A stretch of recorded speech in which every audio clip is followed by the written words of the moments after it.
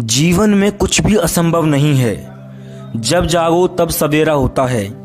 अगर आपको यह लगता है कि मैंने बहुत सारे बुरे काम किए हुए हैं और अगर इन गलत कामों को सुधारने के लिए कोई विकल्प नहीं है, तो आपको गौतम बुद्ध की इस कहानी को एक बार जरूर सुनना चाहिए।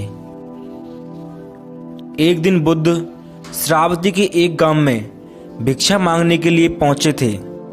जब गांव में प्रवेश करते हैं तो देखते हैं कि पूरे गांव में सन्नाटा छाया हुआ था। दूर दूर तक कोई व्यक्ति नजर नहीं आ रहा था। बुद्ध उस गांव के पहले द्वार पर जाते हैं और कहते हैं कि भिक्षाम देहि, परंतु अंदर से बाहर कोई नहीं आता है। बुद्ध दूसरे द्वार पर जाते हैं परंतु कोई दरवाज़ा नहीं खुलता है। तीसरे द्वार पर जाते हैं परंतु उस द्वार से भी कोई व्यक्ति बाहर नहीं आता है। फिर अचानक से एक दरवाज़ा खुलता है जिसमें से एक व्यक्ति बाहर निकलता है और जल्दी से बुद्ध का हाथ पकड़कर उसे घर के अंदर ले जाता है और कहता है, क्षमा कीजिए परंतु इस समय बाहर निकलना उचित नहीं है। उंगली माल को श्रावस्ती की सीमा पर देखा गया है। सभी गांव वाले डर के मारे अपने अपने घरों में खिड़कियां और दरवाजे बंद करके बैठे हुए हैं। बुद्ध उस व्यक्ति से पूछते हैं, कौन है ये उंगली माल? बस इतना भयानक क्यों है? वह व्यक्ति कहता है कि उंगली माल एक राक्षस है। उसे जो भी मनुष्य मिलता है, बच्चा, वृद्ध, स्त्री, पुरुष, यहाँ तक कि किसी भी सन्यासी को वह नहीं छोड़ता है। महाराज प्रसन्नजीत के सैनिक भी उससे डरते हैं। बुद्ध उनसे पूछते हैं कि वो धन के लालच में ये सब करता है। वो व्यक्ति कहता है कि नहीं, उसे धन का कोई लालच नहीं है। वो किसी आदमी को मारता है और उसकी उंगली काटकर अपने गले की माला बनाता है, इसलिए उसका नाम उंगली माल पड़ गया है। यह भी सुना है कि उसके गले की माला में 100 उंगलियां पूरी हो जाएंगी तो उसकी विनाशक शक्तियां ज़्यादा बढ़ जाएंगी। बुद्ध कहते हैं, आभार हो आपका जो आपने मुझे उसके बारे में बताया। फिर व्यक्ति बुद्ध से कहता है, कृपया कर आप बाहर न जाएं, क्योंकि वो आप पर भी वार कर सकता है। बुद्ध कहते हैं, भय से अपनी राय छोड़ दो। ऐसा मैंने कभी नहीं किया। मुझे भिक्षा मांगता देख जन जन के हृदय में उंगली माल का भय कम होगा। फिर वो व्यक्ति कहता है, नहीं बुद्ध, आप मत जाइए, वो बहुत ज़्यादा खतरनाक है। बुद्ध कहते हैं, वो खतरनाक नहीं, दुखी है और मुझे उसके पास जाना होगा क्योंकि उसे मेरी आवश्यकता है। इतना कहते बुद्ध उस व्यक्ति के पास से चले जाते हैं। कुछ दूर चलने के बाद बुद्ध वन में प्रवेश करते हैं। वन के चारों ओर एक गहरा सन्नाटा छाया हुआ था। दूर दूर तक कोई इंसान, कोई पशु पक्षी दिखाई नहीं दे रहा था, परंतु बुद्ध अपने मार्ग में आगे बढ़ते रहते हैं। अचानक बुद्ध के सामने उंगली माल आकर खड़ा हो जाता है।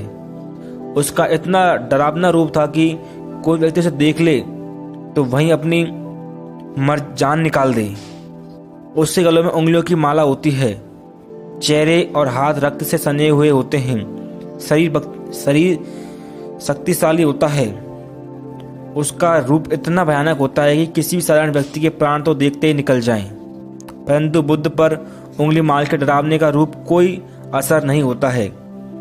बुद्ध कुछ क्षण तक शांत मुस्कुराहट के साथ उंगली माल की तरफ देखते रहते हैं, फिर उसकी बगल से निकलकर अपने मार्ग में आगे बढ़ते जाते हैं।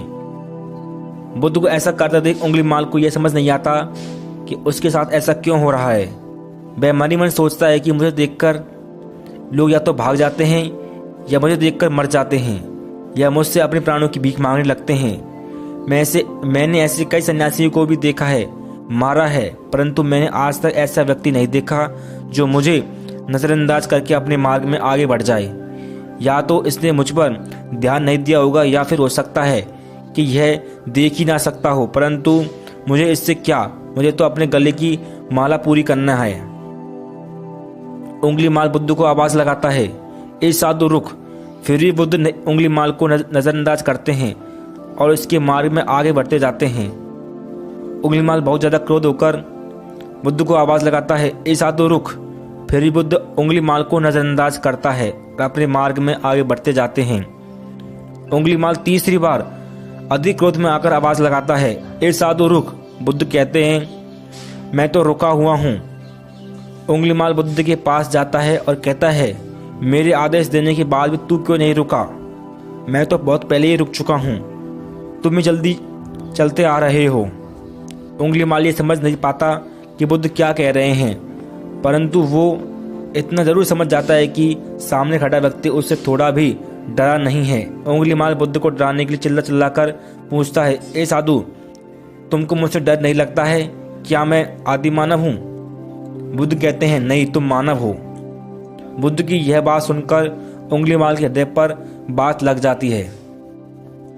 पहली बार उसे किसी ने मानव कहा था, परंतु वो इस बात को नजरअंदाज करके आगे प्रयास करता है। अब बुद्ध से पूछता है, ए साधु, तूने क्यों कहा कि तू अब तक रुका क्यों नहीं, जबकि तू तो चल रहा था और तूने तो कहा ही नहीं कि मैं रुका हुआ हूँ। बुद्ध कहते हैं कि मैं बहुत पहले ही रुक चुका हूँ, यानी मेरे ऐसे सारे बुरे कृत्य करना छोड़ दिए हैं जिससे व्यक्ति को कष्ट पहुँचता है। सब जीना चाहते हैं, बस तुम्हें करुणा से देखने का प्रयास करो। बुद्ध के ये दोबारा साथ उंगलीमाल के हृदय पर लग जाते हैं, परंतु वह दोबारा बुद्ध की बातों को नजरअंदाज करने का प्रयास करता है। इस बार वह क्रोध में भरकर बुद्ध की गर्दन पर कटाई रख देता है, जिससे लोगों की हत्या किया करता था, और बुद्ध से चिल्लाकर कहता है, नहीं मानव में ना तो प्रेम है ना ही करुणा है, सिर्फ छल कपट है, इसलिए मैं भी हत्या करूंगा और किसी को जीवित नहीं छोड़ूंगा। बुद्ध कहते हैं, तुम लोगों ने बहुत दुख दिया है,